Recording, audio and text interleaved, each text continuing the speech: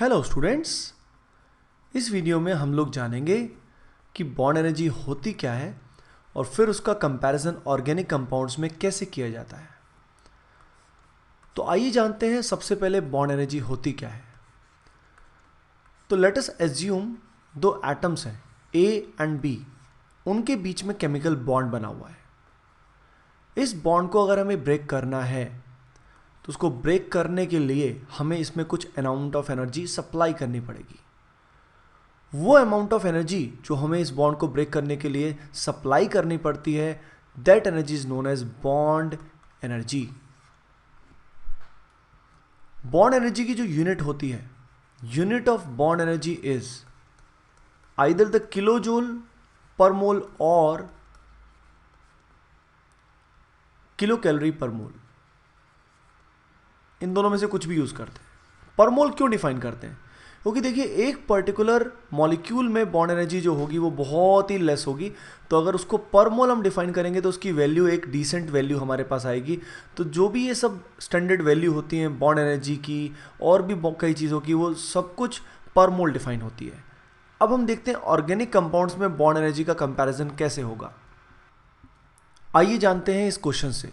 इस क्वेश्चन में हमें बॉन्ड एनर्जी कंपेयर करनी है कार्बन और एच के बॉन्ड के, और कार्बन एच का बॉन्ड और कार्बन और एच का बॉन्ड, इनकी जो बॉन्ड एनर्जी है वो हमें कंपेयर करनी है।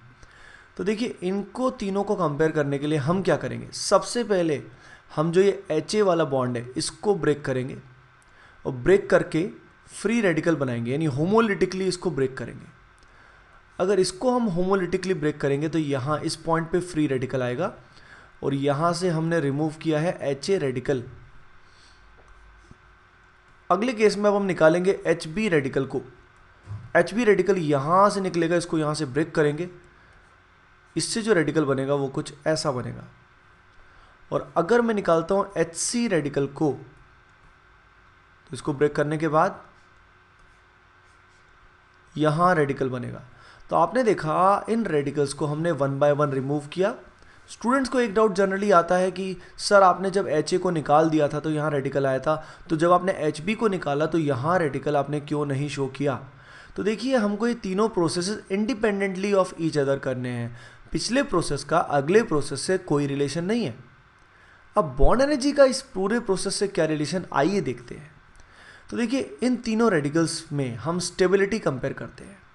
ये जो पहला रेडिकल है, ये रेडिकल की डिग्री है 2, और अगर इसमें अल्फ़ा हाइड्रोजन देखें तो 3 अल्फ़ा हाइड्रोजन यहाँ है, 1 अल्फ़ा हाइड्रोजन यहाँ है, तो टोटल 4 अल्फ़ा हाइड्रोजन यानी 4 हाइपर कॉन्जुगेटिव स्ट्रक्चर्स यहाँ पे ड्रॉ हो पाएंगे।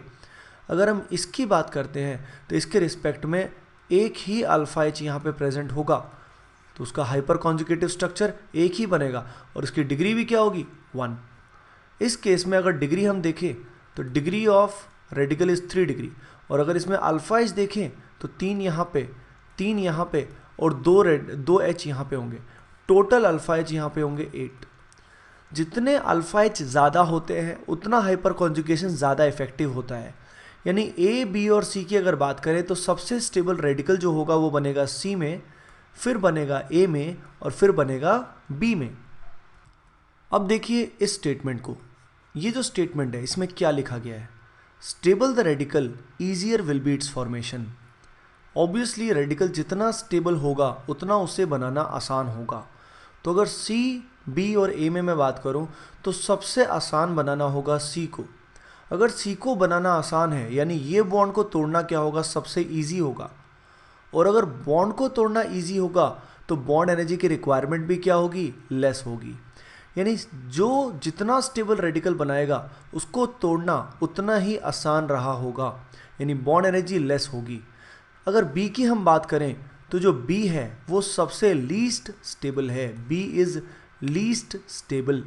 अगर ये लीस्ट स्टेबल है तो इसको बनाना सबसे मुश्किल रहा होगा। इसको बनाना सबसे मुश्किल रहा होगा यानी इस बॉन्ड को तोड़ना मुश्किल रहा होगा। बॉन्ड को तोड़ना मुश्किल है तो इसका मतलब बॉन्ड एनर्जी की रिक्वायरमेंट ज़्यादा है। तो अगर बॉन्ड एनर्जी का ऑर्डर देखें तो स्टेबिलिटी ऑर्डर से क्या होगा, रिवर्स होगा। So this is the order of bond energy. आइए देखते हैं अगला क्वेश्चन। अगेन इस क्वेश्चन में भी हमें कार्बन और एच कार्बन और HB, कार्बन और HC, इन तीनों की बॉन्ड एनर्जी कंपेयर करनी है। तो सबसे पहले मैं यहाँ से HA को ब्रेक करूँगा। जैसे ही HA रेडिकल को मैं यहाँ से निकालूंगा, जो रेडिकल जनरेट होगा वो कुछ ऐसा होगा।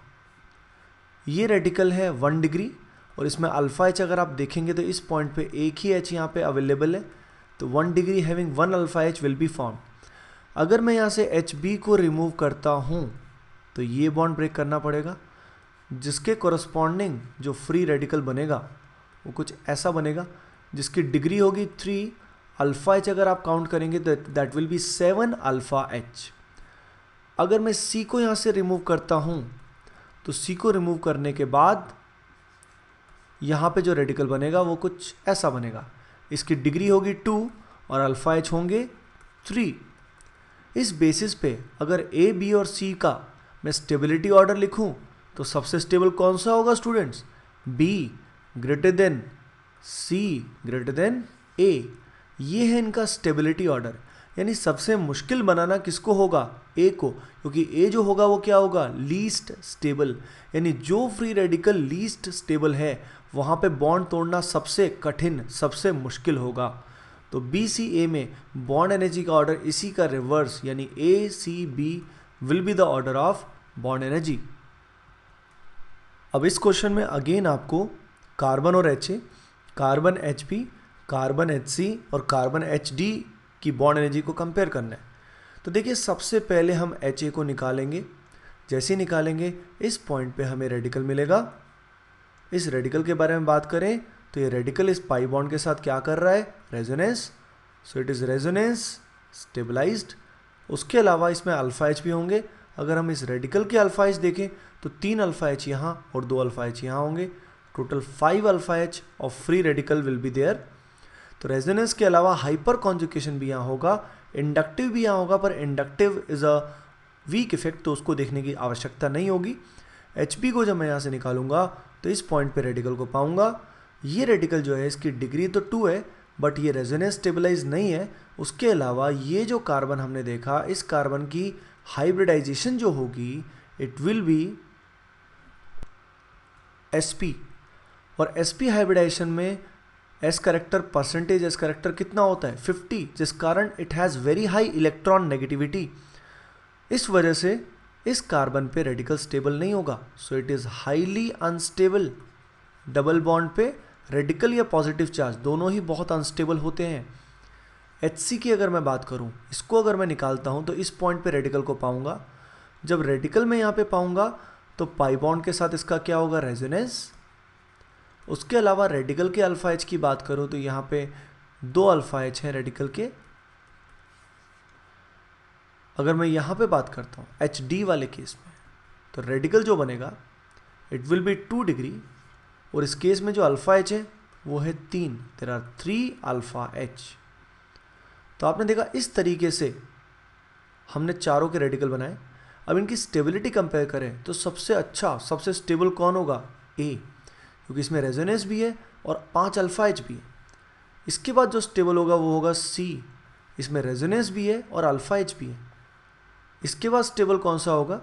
D, क्योंकि इसमें अल्फा H तो देखिए ज़्यादा है, पर रेजोनेंस स्टेबलाइजेशन ना होने की वजह से इसकी स्टेबिलिटी C से क्या होगी? कम होगी।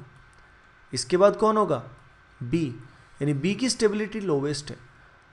तो अगर इसमें बॉन्ड एनर्जी का ऑर्डर लिखें तो that will be reverse of this stability order, that is BDCA। This is the order of bond energy. So guys let us revise what you have learned. सबसे पहले हमने जाना बॉन्ड एनर्जी वो amount of energy होती है जो हमें किन्हीं भी बॉन्ड को तोड़ने के लिए देनी पड़ती है। इसकी यूनिट होती है किलोजूल पर मोल या किलो कैलोरी पर मोल भी इसमें यूज़ करते हैं। फिर हमने देखा कैसे ऑर्गेनिक कंपाउंड्स में हम रेडिकल्स को जनरेट करते हैं, होमोलिटिक बॉन्ड ब्रेकिंग करते हैं। फिर रेडिकल्स की स्टेबिलिटी कंपेयर करते हैं। रेडिकल जितना स्टेबल पाया जाता है उतना ही आसान उसको बनाना होगा, यानी बॉन्ड को तोड़ना भी उतना ही आसान होगा और बॉन्ड एनर्जी भी क्या होगी? लेस होगी। सो stable the radical, lower will be the bond energy. I hope you like the video guys. Please share and subscribe. Thank you.